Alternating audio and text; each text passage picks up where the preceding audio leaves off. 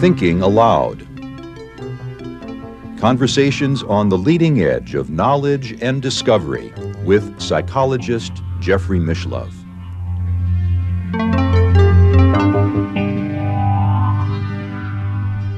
Hello and welcome. I'm Jeffrey Mishlove.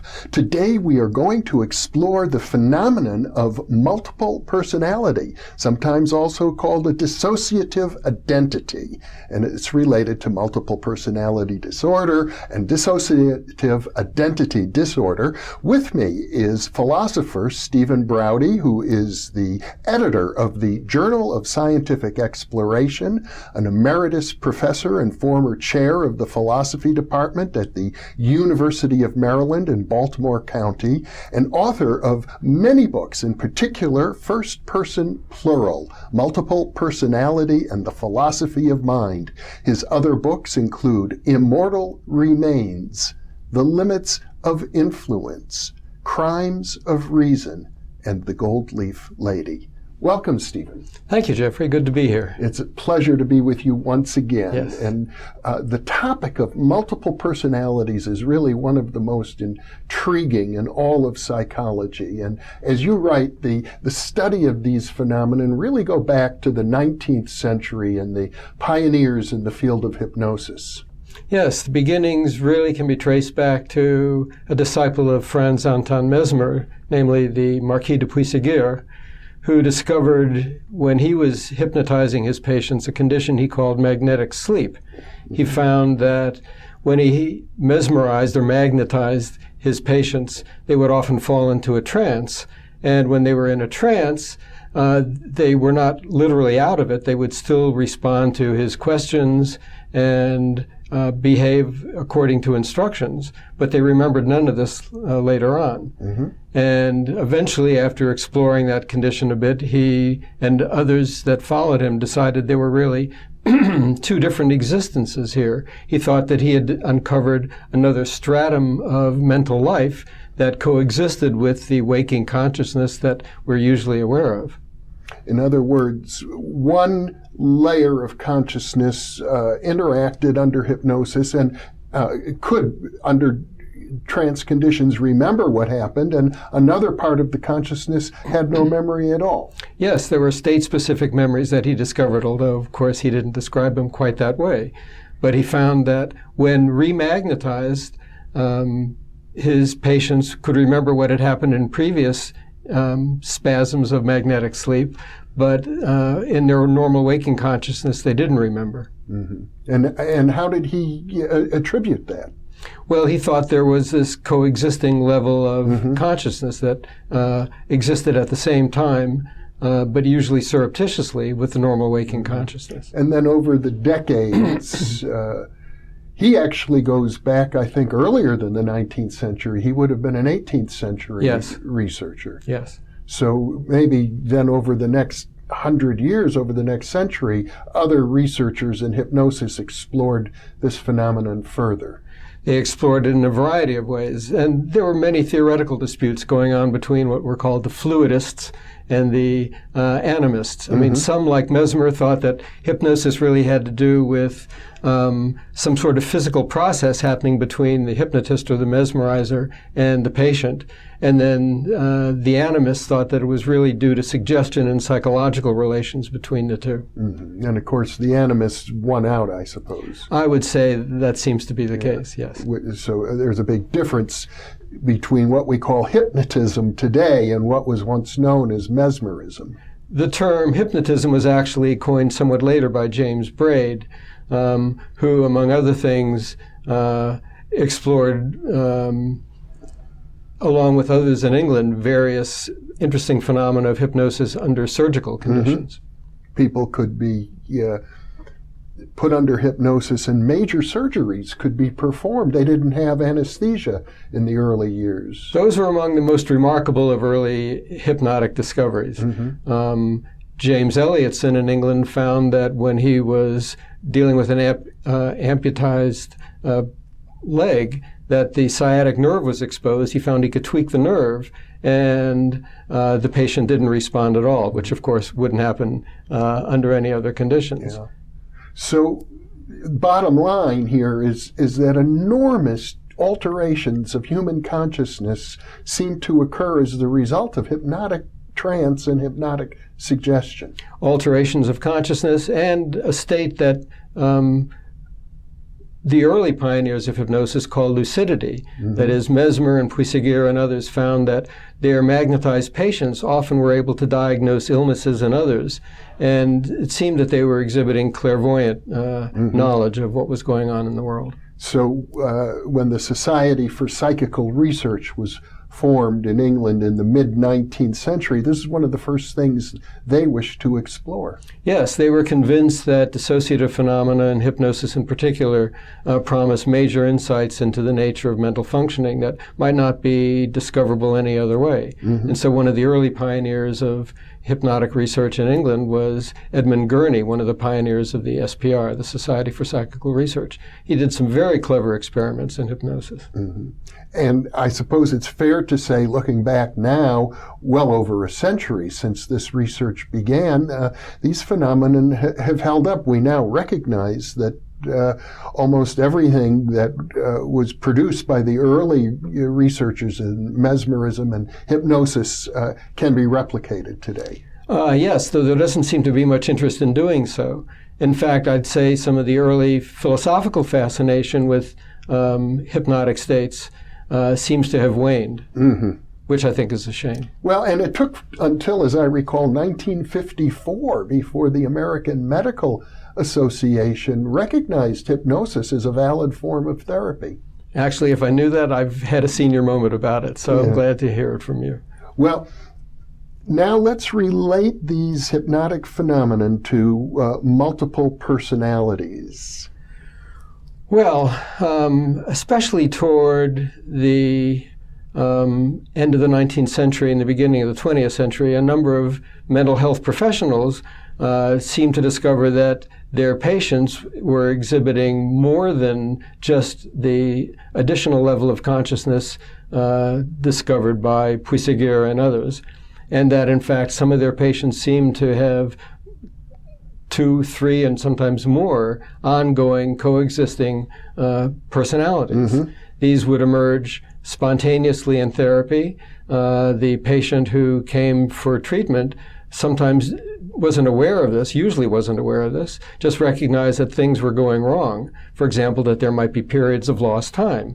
So someone might come in for therapy to Borositis or Morton Prince, for example, some of the early pioneers, and say, I don't know what's happening. I'm finding strange clothes in my house. I find myself in places and don't know how I got there.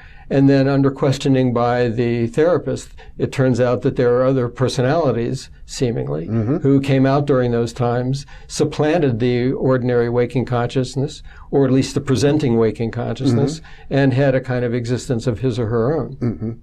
And hypnosis was not involved. No, not explicitly, although skeptics of the condition would say that it was really just due to suggestion and a kind of iatrogenesis of the demand characteristics of the therapeutic setting. In other words, the skeptics claim that the therapist really created this condition. Yes, they wanted to say that it wasn't a genuine altered state. It was really a kind of role-playing brought on by the suggestive nature of the therapeutic situation. Now, people who are my age or your age are probably very familiar with popular books and movies, The Three Faces of Eve being sort of an exemplar of this sort of thing. Multiple personality disorder is one of the most bizarre phenomenon ever reported, and I guess a lot of people aren't aware of how controversial it's been. It's been controversial, but it's also much more interesting than you'd gather from watching dramatizations of the cases of Three Faces of Eve or Sybil or something like that, because those classic cases, the ones we're familiar with through the media, are usually much more histrionic in their presentation than most genuine cases of multiple personality, where there might be more personalities involved, but where the switching between personalities is sometimes more gradual, sometimes more subtle, and rarely as dramatic, rarely as histrionic as you would think from watching dramatizations on TV or movies. Oh, okay, well, that's good to know in a way. But I suppose for the benefit of our viewers, it's important to state that in spite of the many controversies surrounding what is now called dissociative identity disorder, there's a vast literature, and the literature at this point is well over 100 years old. Absolutely. And as far as the skeptical literature is concerned, I should mention that the attack on the legitimacy of multiple personality is continuous with a broader attack on hypnosis as a genuine altered state. So there are some skeptics of hypnosis who want to say that's really a kind of social compliance or role-playing as well. Yeah. And I think the easiest way to demonstrate how absurd that is to go back to those early studies of hypnotic anesthesia.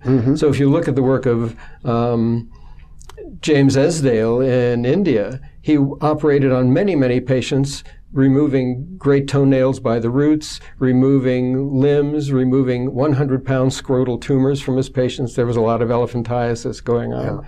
And the non-response of these patients under hypnosis, I think, is a paradigm case of an altered state. It's not just trying to please the surgeon. It's not something that you can fake. No. And earlier on, this was recognized too, when subjects were hypnotized to be anesthetic in various ways. You could put ammonia under their nose, they wouldn't automatically recoil. You could stick pins in them, they wouldn't recoil from that. There were various ways in which this was realized. And when we look at multiple personality disorder, it's a term I think I prefer. To dissociative identity. I do, yeah. I do too.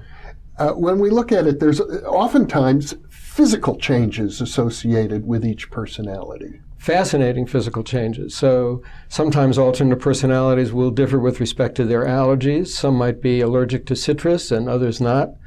Some might, in the famous case of Miss Beecham from Morton Prince, one of the personalities, or several of the personalities, could be subdued with chloroform, but another personality named Sally would emerge fresh and seemingly unaffected by chloroform. Eyeglass prescriptions can change, musculature in the face and elsewhere in the body can change, handedness can change.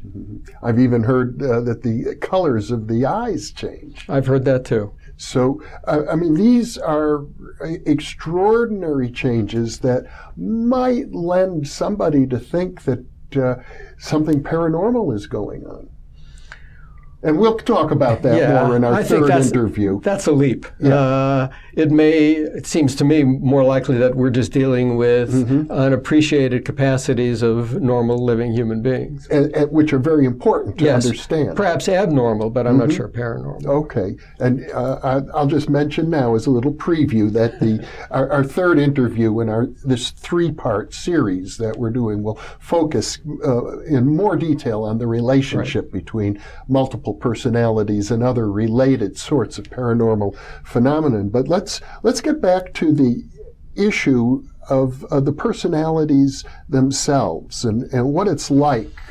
Some people seem to feel that, as I understand it, they don't consider it a pathology. They just consider it a way of being. There are some multiples who like to think of people without multiple personality disorder as suffering from single personality disorder. And the reason they've said that is easy to understand, because at least the more functional multiples, those who've managed to find a way of existing without being sabotaged by the switching of personalities, they often find ways of handling problems that are not available to non-multiples. So, for example, if the multiple is in pain, he or she might be able to switch to an anesthetic personality. I know of one graduate student multiple who would divide her coursework among altered personalities with appropriate abilities. So the one good at math would take the statistics course, the one good at art would take the art class, and so on. Now, a lot of work in hypnosis suggests that states of consciousness close to multiple personality disorder can be induced through hypnosis. But in general, my understanding is that people who are suffering as a pathology, multiple personality disorder, typically come from backgrounds of early childhood abuse. Or trauma of some kind. Mm-hmm. I think that's by now pretty well established. I mean, there are some controversial cases, but we know of many childhood cases, for example, with a documented history of abuse where the children have multiple personalities. Mm-hmm. They certainly didn't get the idea by reading the literature on it. So the general view of multiple personality that I think has become more or less received by now is that multiples are dissociative virtuosi who can respond to trauma or abuse in ways not available to those who are not so gifted dissociatively. Mm-hmm. Those who are not so gifted dissociatively might develop other kinds of pathologies like sexual dysfunction or various kinds of obsessions, for example. Mm-hmm. We better define that term, dissociative. Well, that's actually not easy, but it has to do with the more or less functional isolation of various systems of thought or various ideas or various dispositions and so on. As I understand it, the basic notion, going back to William James' stream of consciousness, is that all of the elements in our consciousness are correlated or related to each other through a process of association. And that disassociation involves some kind of a separation from that normal stream of consciousness, so it might seem alien. Well, it doesn't have, there can be various pedestrian forms of dissociation. So you might dissociate, you're driving a car over a familiar route while you're driving. Mm-hmm. So it has to do with a certain kind of functional setting aside of various systems of thought or dispositions or beliefs or whatever it might be from your normal waking consciousness in a retrievable fashion. Mm-hmm. Well, in part 2 of our 3-part series, we're going to go into more detail on the theory of dissociation. But for now, let's talk a little bit more about the phenomenology. For example, it seems that for a person who's a multiple, some personalities are aware of others and some are not. Yes, there seems to be various kinds of epistemological relations between the various alters in a multiples community. Mm-hmm. And sometimes multiples will even describe the system of alters, at least to the extent they're aware of them, as having a kind of coexistence under the surface. Some that I've known have said they hold something like council meetings where they arrange to keep the sociopathic or homicidal alters under wraps, not allow them to come out, to make sure that the child alters get time to play with their toys, the artistic alters get time to do their artistic work, and so on. So some are aware of others, some are aware of the thoughts of others, some are aware of the actions of others, whereas some alters might be oblivious to the existence of others in the community. Which is often why, as you pointed out earlier, they would show up in a psychotherapist's office in the first place. That's right. And some of the alters, I should mention, they can differ in quite interesting ways. Some of the alters might be of a different body shape, size, sex, various kinds of dispositions. And some alters will insist that they are the wrong body type or the wrong size or the wrong sex to wear the clothes of another alter, which is why sometimes people suffering from multiple personality disorder spend a great deal of time getting dressed in the morning. If they can't keep the same alter in control of the body and executive control for that period of time, they might take several showers, they might make several changes of clothes, and so on. Well, typically, how many different subpersonalities are there? Typically, I would say between 6 and 8, but some clinicians claim that alters can be in the hundreds. Now, I'm not sure how you take an accurate head count in those cases. But what they have in mind there is that there are some so-called polyfragmented multiples many of whose alter personalities or identities are actually highly circumscribed. Mm-hmm. And the way they understand it is that once a multiple has gotten into the habit of dissociating to deal with traumas or abuse, it can become a habitual way of dealing with unpleasant situations in life. And so as the multiples get older, they might be dissociating to deal with quite mundane things, like there might be an alter whose sole job is to clean toilets or take enemas or to have sex or only certain kinds of sex or to deal with relatives on holidays mm-hmm. or to bake cookies. Mm-hmm. Well, and it raises the question of exactly what is an alter. It's a funny term because it almost suggests the idea that this is a completely different individual. Well, in order to get into that, we do have to get into a little bit of theory. Yeah. But what I would say is that alter identities or personalities are discontinuous in a very interesting phenomenological and epistemological way from other alters. Mm-hmm. We don't understand in the normal non-multiple how a self-consciousness arises. That's mm-hmm. one of the big questions in the philosophy of mind. Yeah. So we certainly don't understand how multiple ones arise in the case of a multiple personality. But if you take the phenomenology seriously, it looks as if different alters actually are different centers of self-consciousness. I call them apperceptive centers. Mm-hmm. But don't get bogged down in the terminology. The idea is that there are certain states that alters have that they experience as their own, certain states which they believe to be their own, whether or not they experience them as their own.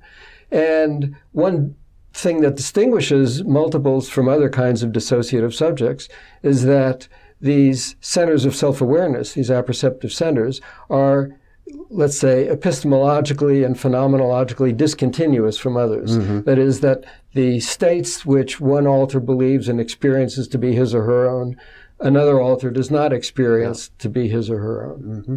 Well, we're going to go into this in more detail in part 2. That's a challenge. Yeah.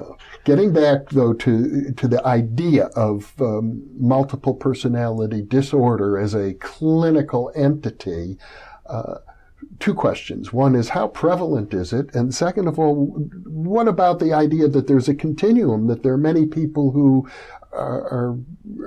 would be regarded as normal people, not psychopathological, but they exhibit multiple personalities just in the normal course of their life, and nobody thinks twice about it. Well, let's try to take these in turn. How prevalent is it? I don't think we know. I mean, it was diagnosed early in the 20th century, not terribly often, but somewhat often. Then it seemed to wane as Freudian dynamics became very popular, and a lot of patients were being diagnosed as schizophrenic rather than as being multiples. Yes. It made a kind of comeback in the late 20th century, and maybe clinicians got a little too enthusiastic and were too ready to diagnose it. Today, I'm still not sure whether we have a firm grip on just how prevalent it is. Okay. Whether we diagnose it or not, it may have to do with prevailing psychological theories. So it's not diagnosed as readily in France as it is in the U.S. In France, Freudian dynamics is still more popular than other dynamics. And according to Freudian dynamics, a case that might otherwise be diagnosed as multiple personality disorder would be thought of as schizophrenic or something. A form of psychosis. Yeah, it would still be thought of as a form of psychosis because typically the patient is dysfunctional in some way that requires treatment. Schizophrenic meaning splitting away from reality. It's hard to explain the difference between repression and dissociation without going into areas I don't think you want to go into. No, we don't need to do that right now. Right. Your other question was... what about might you say that there's a continuum of experience from the severely pathological to kind of multiple personalities that we display in ordinary life because we all play many different roles? Well, there's a difference, I think, between engaged role-playing and multiple personality because engaged role-playing, I think, can all still be described from the same first-person perspective. In addition to being a philosopher, I'm a musician. Right. And I find it very hard to juggle the two. So I used to teach philosophy in classrooms with pianos, and students would often like me to combine the two. Yeah. I found that very difficult to do. But no matter how separate those roles felt to me, I would still describe it from the same first-person perspective. That's something that multiples can't do. In fact, you have a website called The Jazz Philosopher, as I recall. I do. Yeah. But still, multiples don't have that option at their disposal. To them, the different roles have to be described and are inevitably described from different first-person perspectives. Well, that's a significant difference. It is. But I have to say that as far as not recognizing when someone is multiple or not, or how obvious or flagrant the presentation of symptoms would be, it's a common fact that people can be married to a multiple and not know. You could be very close to a multiple and not know, because multiples are often very motivated to conceal their condition. They know it's a way of asking for trouble. And so unless you're on the lookout for it, it's all too easy for the husband, for example, of a multiple to think that his wife is just very changeable or moody or eccentric. And when the child personalities come out in a safe environment, like in the context of a toy store where childish behavior might look like an innocuous form of exuberance, it's all too easy to write it off as something else. I see. Well, getting back to the question of prevalence, my best guess would be that it must be about as prevalent as certain other major psychotic disorders like schizophrenia, which I think maybe affects roughly 1% of the population. You could be right. I wouldn't know how to place a number on it. Okay. Well, what would you say it would be at the maximum? That's a really tough question. I mean, it really depends a lot on the discernment of the clinician. Yeah.